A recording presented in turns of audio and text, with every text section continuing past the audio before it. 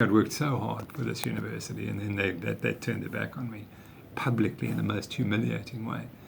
Well, they had a fourth signature from Professor Lionel Opie, who was my doyen, the guy who taught me, you see. And so South Africa were told that the man who had trained me and who was my hero had turned his back on me and said that he also dissociated from me. He denies that he ever signed that letter. That is, and wow. And so if that is true, then that's another fraudulent document that was used to charge me.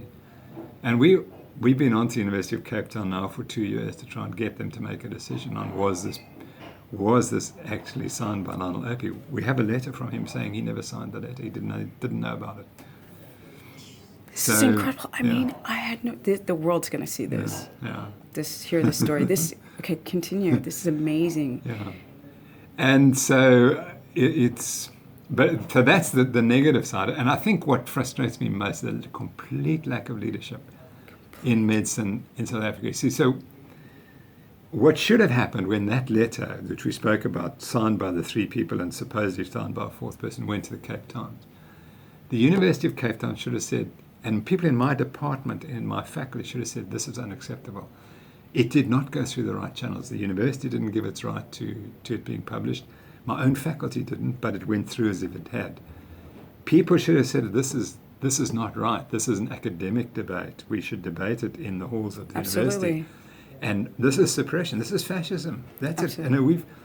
South Africans have fought fascism for so long, and now we've just fallen directly back into it.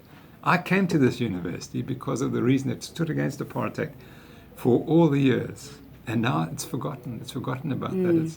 It's fallen into this fascism, medical fascism, and that's the sadness for me. Consumer fascism. Yeah, that for me, that's the great tragedy of this whole case. Of course, it's personally affected me, but we're going to win in the end. But what it's shown is there's no free speech anymore in medicine. You have to say what industry wants you to say.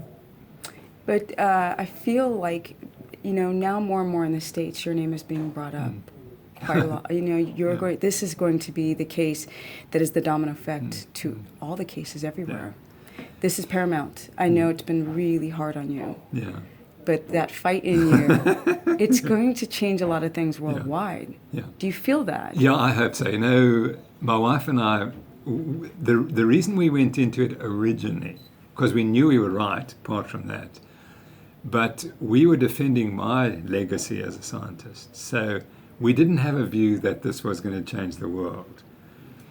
But as we went along, and as we got these 2 incredible lawyers to help us, Rocky Ramdas from Pietermaritzburg and Mike van der Ness from Johannesburg. I mean, they're just 2 of the best lawyers in South Africa. So now we had the best legal team in South Africa that's ever been assembled. And it was then we realized, okay, now we can go whole hog, and now we can, whatever it costs us, we're going to go the full way. And that's what my wife and I decided. We said, we don't worry about the cost. We're going to pay whatever it costs, and whatever the time it costs, we're just going to go and we're going to win. We're going to do everything. Like preparing for the Olympics.